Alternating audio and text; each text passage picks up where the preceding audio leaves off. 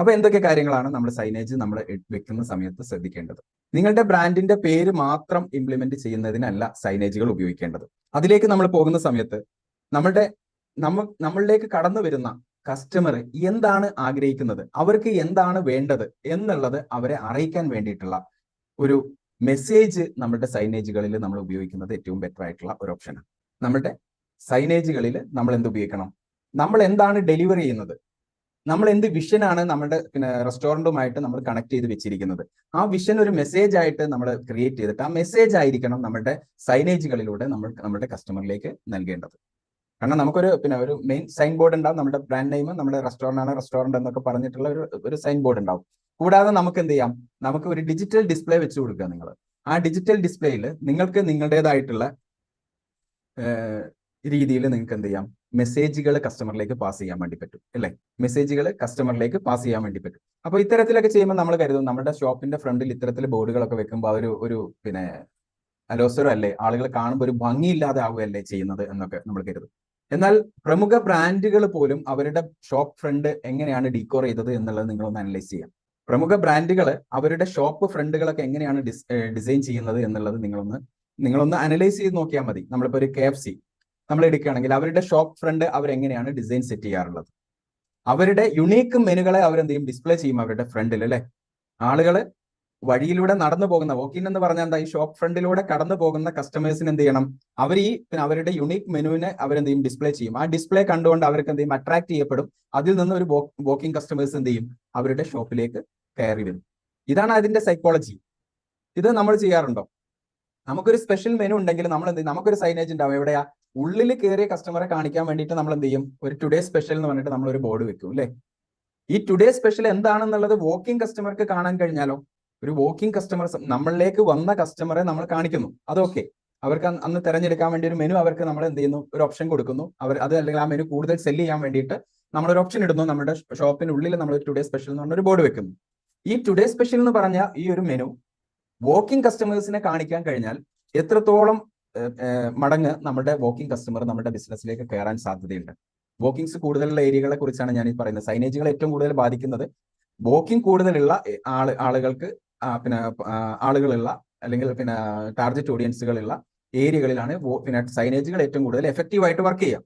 Okay, അപ്പൊ ഈ walking കസ്റ്റമേഴ്സിൽ നമുക്ക് മാക്സിമം അവരെ എന്ത് ചെയ്യണം, നമ്മുടെ ബിസിനസ്സിലേക്ക് കളക്ട് ചെയ്യണം. ടാർഗറ്റ് ഓഡിയൻസിൽ, അതിൽ വോക്കിംഗ് കസ്റ്റമേഴ്സിലുള്ള ടാർഗറ്റ് ഓഡിയൻസിനെ നമ്മൾ എന്ത് ചെയ്യണം, നമ്മുടെ ബിസിനസ്സിലേക്ക് കണക്ട് ചെയ്യണം. അതിനു വേണ്ടിയിട്ടാണ് സൈനേജുകൾ യൂസ് ചെയ്യേണ്ടത്. അപ്പൊ ഈ വോക്കിംഗ് കസ്റ്റമേഴ്സ് കടന്നു പോകുന്ന സമയത്ത് ഇവർക്ക് ഇന്നത്തെ ടുഡേ സ്പെഷ്യൽ എന്ന് പറയുന്ന മെനു അവരുടെ മുമ്പിലേക്ക് നിങ്ങൾക്ക് ഡിസ്പ്ലേ ചെയ്യാൻ പറ്റിയാൽ, ഒരു 500 പേര് കാണുന്നു എന്ന് പറയാം, 500 വ്യൂസ് നിങ്ങൾക്ക് കിട്ടി. ആ ഒരു ഡിസ്പ്ലേയിൽ 500 വ്യൂസ് നിങ്ങൾക്ക് കിട്ടിയിട്ടുണ്ടെങ്കിൽ അതിന്റെ ഒരു 5% നമുക്ക് കൺവേർഷനിലേക്ക് കൊണ്ടുവരാൻ കഴിഞ്ഞാൽ തന്നെ എത്രത്തോളം കസ്റ്റമറെ ആ ഒരൊറ്റ സൈനേജ് കൊണ്ട് നമുക്ക് നമ്മുടെ ബിസിനസ്സിലേക്ക് എത്തിക്കാൻ പറ്റി, ഇല്ലേ?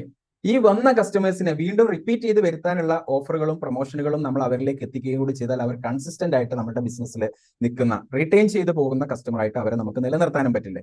ഇങ്ങനെ ഡെയിലി നിങ്ങളുടെ സൈനേജുകൾ ഇത്രത്തോളം കസ്റ്റമേഴ്സിനെ, നിങ്ങളുടെ പുതിയ കസ്റ്റമേഴ്സിനെ നിങ്ങളുടെ ബിസിനസ്സിലേക്ക് കൊണ്ടുവരുന്നുണ്ടെങ്കിൽ നിങ്ങൾക്ക് കൂടുതൽ ഇൻവെസ്റ്റ്മെന്റുകൾ ഇല്ലാതെ നിങ്ങളുടെ ബിസിനസ്സിൽ കൂടുതൽ പുതിയ കസ്റ്റമേഴ്സിനെ എത്തിക്കാനും അവരെ റീറ്റെയിൻ ചെയ്ത് മുമ്പോട്ട് കൊണ്ടുപോകാനും നിങ്ങൾക്ക് കഴിയും. അപ്പൊ നമ്മൾ ഇനി നോക്കുന്നത് നമ്മൾ സൈനേജുകൾ എഫക്റ്റീവ് ആയിട്ട് എങ്ങനെയാണ് നമ്മുടെ ബിസിനസ്സുകളിൽ സ്ഥാപിക്കേണ്ടത് എന്നുള്ളതാണ്. ഇത് നമ്മൾ ശ്രദ്ധിക്കേണ്ടത്, സൈനേജുകൾ എപ്പോഴും കുറച്ച് ഡിസ്റ്റൻസിൽ നിന്ന് നമ്മുടെ വോക്കിംഗ് കസ്റ്റമേഴ്സ് കാണുന്ന രൂപത്തിലായിരിക്കണം സൈനേജുകൾ സ്ഥാപിക്കേണ്ടത്. പല ബിസിനസ്സുകളിലും നമ്മൾ സൈനേജുകളൊക്കെ വെച്ചിട്ടുണ്ടാവും. അവരുടെ മെനുകൾ, അവരുടെ ഈ ഡിഷസുകളൊക്കെ കുറിച്ച് പറയുന്നുണ്ടാവും. പക്ഷേ പല സ്ഥലങ്ങളിൽ എന്താണ്, ഈ തൊട്ട് മുമ്പിൽ എത്തി പാസ് ചെയ്ത് പോകുന്ന കസ്റ്റമേഴ്സ് നോക്കിയെങ്കിൽ മാത്രമാണ് അത് കാണുക. അപ്പൊ ഈ യാത്രക്കാരനെ സംബന്ധിച്ചിടത്തോളം നമ്മൾ മനസ്സിലാക്കേണ്ടത്, ഇവര് പല രൂപത്തിലുള്ള ചിന്തകളുമായിട്ടായിരിക്കും ഈ ഒരു റോട്ടിലൂടെ നടന്നു പോകുന്നുണ്ടാവുക, ഇല്ലേ?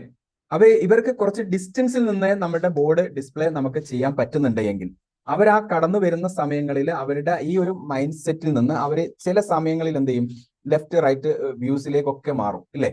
ഈ മാറുന്ന സമയത്ത് അവരുടെ മുമ്പിലേക്ക് നമ്മുടെ ഡിസ്പ്ലേ എത്തുന്ന രൂപത്തിലേക്ക്, കുറച്ച് ഡിസ്റ്റൻസിൽ നിന്ന് കാണുന്ന രൂപത്തിലേക്ക് നമ്മുടെ ബോർഡുകൾ സ്ഥാപിക്കാൻ വേണ്ടിയിട്ട് നമുക്ക് കഴിയണം. മനസ്സിലായെന്ന് ഞാൻ കരുതുന്നു. അങ്ങനെ നമ്മൾ ചെയ്തിട്ടില്ല എങ്കിൽ നമ്മുടെ ഷോപ്പിന്റെ ഫ്രണ്ടിൽ വന്ന് കടന്നു പോകുന്ന ഒരു കസ്റ്റമർ നമ്മുടെ ഷോപ്പിന്റെ ഭാഗത്തേക്ക് തിരിഞ്ഞു നോക്കിയിട്ടില്ല എങ്കിൽ നമുക്ക് ആ ബോർഡ് കാണിക്കാൻ അവർക്ക് കഴിയില്ല, അല്ലെ? അവർക്ക് കാണില്ല അത്. അതേസമയം കുറച്ച് ഡിസ്റ്റൻസിലെ ഈ ബോർഡ് കണ്ടുവരുന്നുണ്ടെങ്കിൽ ഈ പറയുന്ന ഒരു ടൈം പീരീഡിനുള്ളിൽ അവർ ഏതെങ്കിലും ഒരു സമയത്ത് നമ്മുടെ ഡിസ്പ്ലേയിലേക്ക് അവർ നോക്കിയിട്ടുണ്ടാവും. ആ ഡിസ്പ്ലേ കാണുന്നതോടുകൂടി അതിൽ എന്തെങ്കിലും ഒന്ന് അവരെ അട്രാക്ട് ചെയ്തിട്ടുണ്ടെങ്കിൽ അവരെന്ത് ചെയ്യും, തൊട്ടടുത്ത് വരുന്നത് വരെ അതെന്ത് ചെയ്യും, ആ ബോർഡിൽ വാച്ച് ചെയ്തുകൊണ്ടിരിക്കും, ആ ബോർഡിലുള്ളത് ക്യാച്ച് ചെയ്യും. അത് അവർക്ക് ഇൻട്രസ്റ്റഡ് ആയിട്ടുണ്ടെങ്കിൽ അവർ നമ്മുടെ റെസ്റ്റോറൻറ്റിലേക്ക് എൻ്റർ ചെയ്യും. ഓക്കെ, ഇതാണ് നമ്മുടെ സൈൻ ബോർഡുകൾക്ക് നല്ല വിസിബിലിറ്റി ഉണ്ടാവണം. ഓക്കെ, ഈ വിസിബിലിറ്റി ഉണ്ടാവുന്നത് നമ്മുടെ ബിസിനസ്സിലേക്ക് കൂടുതൽ വോക്കിങ്സ് കൊണ്ടുവരാൻ വേണ്ടിയിട്ട് നമ്മളെ സഹായിക്കും. ഓക്കെ, ദെൻ ഇത് വളരെ വലിയ ഒരു അട്രാക്റ്റീവ് ആയിട്ടുള്ള ഒരു സൈൻ ബോർഡ് ആയിരിക്കണം. എങ്ങനെ അട്രാക്റ്റീവ് ആക്കേണ്ടത്?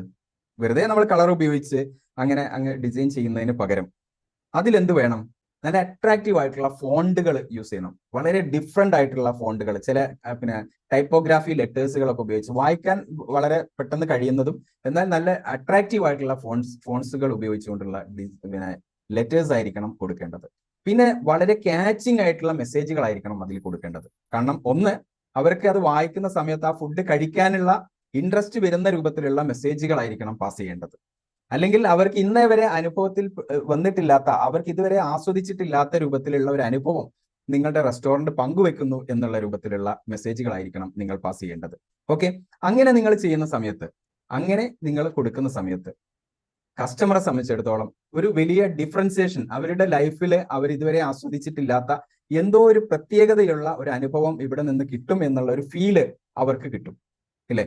ആ കസ്റ്റമർ ഒന്ന് നമ്മുടെ റെസ്റ്റോറന്റിലേക്ക് എൻ്റർ ചെയ്യാൻ വേണ്ടി തീരുമാനിച്ചാൽ, ആ കസ്റ്റമറെ നമ്മുടെ ബിസിനസ്സിലേക്ക് കൊണ്ടുവരുമ്പോൾ നമ്മൾ നല്ല ട്രീറ്റ്മെന്റ് കൊടുത്ത് അവർക്ക് നല്ല ട്രീറ്റ് ചെയ്ത് അവരെന്ത് ചെയ്യാം, അവരെ നല്ല രൂപത്തിൽ ഹാപ്പി ആയിട്ട് നമുക്ക് വിടാനും കഴിഞ്ഞു കഴിഞ്ഞാൽ അവരൊരു റിപ്പീറ്റഡ് കസ്റ്റമർ ആയിട്ട് നമ്മുടെ ബിസിനസ്സിലേക്ക് മാറും. ഓക്കെ, ഇതാണ് സൈനേജുകൾ ചെയ്യുന്നത്. ഓക്കെ, അപ്പൊ സൈനേജ് നമ്മൾ എന്ത് ചെയ്യണം, മെമ്മറബിൾ ആവണം, ആളുകൾക്ക് അത് മനസ്സിലങ്ങ് പതിയണം. അത് കാണുന്ന സമയത്ത് ആളുകൾക്കുള്ള ഒരു പ്രത്യേക അനുഭവം അവർക്ക് ആ സൈനേജിൽ കൊടുത്തിരിക്കുന്ന ഫോൺസും അതിൽ കൊടുത്തിരിക്കുന്ന കളേഴ്സും അതിൽ കൊടുത്തിരിക്കുന്ന പിക്ചേഴ്സും അതിൽ കൊടുത്തിരിക്കുന്ന മെസ്സേജുകളും വളരെ ഡിഫറെന്റ് ആയിട്ട് ഫീൽ ചെയ്യണം അവരെ സംബന്ധിച്ചിടത്തോളം. കാരണം നമ്മളെ റെസ്റ്റോറന്റിൽ നമ്മളെ ഒരു പിന്നെ അതിന് നമുക്ക് എന്ത് വേണം, ഇങ്ങനെ നമുക്ക് ഡിഫറെന്റ് ആയിട്ട് ഫീൽ ചെയ്യിക്കണമെങ്കിൽ നമുക്ക് എന്ത് വേണം, നമ്മുടെ റെസ്റ്റോറന്റ് ഒരു യുണീക്ക് ആയിട്ട് നമ്മൾ ഇംപ്ലിമെന്റ് ചെയ്യണം. നമ്മുടെ ഡൈനിങ് എക്സ്പീരിയൻസ് നമ്മൾ കസ്റ്റമർക്ക് ഓഫർ ചെയ്യണം. നമുക്ക് യുണീക്ക് ആയിട്ടുള്ള മെനുകൾ നമ്മുടെ റെസ്റ്റോറന്റിൽ നമ്മൾ കൊടുക്കുന്ന ആ യുണീക്ക് മെനുകളെയും യുണീക്ക് ആയിട്ടുള്ള ആംബിയൻസുകളെയും ആയിരിക്കും നമ്മൾ ഇതിൽ മെസ്സേജുകളായിട്ട് പാസ് ചെയ്യാം, ഇല്ലേ? അപ്പൊ കസ്റ്റമർക്ക് എന്തെങ്കിലും ഒന്ന് കിട്ടുകയാണെങ്കിൽ മാത്രമാണ് അവർ നമ്മുടെ റെസ്റ്റോറന്റിലേക്ക് കയറുക. അപ്പൊ ഈ മെസ്സേജുകൾ പാസ് ചെയ്യുമ്പോൾ നമ്മൾ പിന്നെ എന്തുകൊണ്ട് ഈ കസ്റ്റമർ എന്റെ ബിസിനസ്സിൽ കയറണം എന്നുള്ള ചോദ്യത്തിന് ഉത്തരമാണ് നിങ്ങൾ പറയുന്നത്, നിങ്ങൾ ഇന്ന കാരണം കൊണ്ട് നിങ്ങൾ എന്റെ റെസ്റ്റോറന്റിലേക്ക് വരൂ എന്നാണ് നമ്മുടെ സൈനേജ് അവരെ ബോധ്യപ്പെടുത്തുന്നത്. അപ്പൊ അവരെ സംബന്ധിച്ചിടത്തോളം അവർക്ക് വ്യത്യസ്തമായിട്ടുള്ള ഒരു അനുഭവം കൊടുക്കുന്നു, വ്യത്യസ്തമായിട്ടുള്ള ഒരു ഫുഡ് അവർക്ക് കിട്ടും, ഇല്ലേ? ഇതൊക്കെ നമ്മൾ ഓഫർ ചെയ്യുന്ന ഒരു സൈനേജ് ആണ് നമ്മൾ വെച്ചത് എങ്കിൽ അവരെന്ത് ചെയ്യും, അത് കാണുന്നതോടുകൂടി നമ്മുടെ റെസ്റ്റോറന്റിലേക്ക് അട്രാക്ട് ചെയ്യപ്പെടും.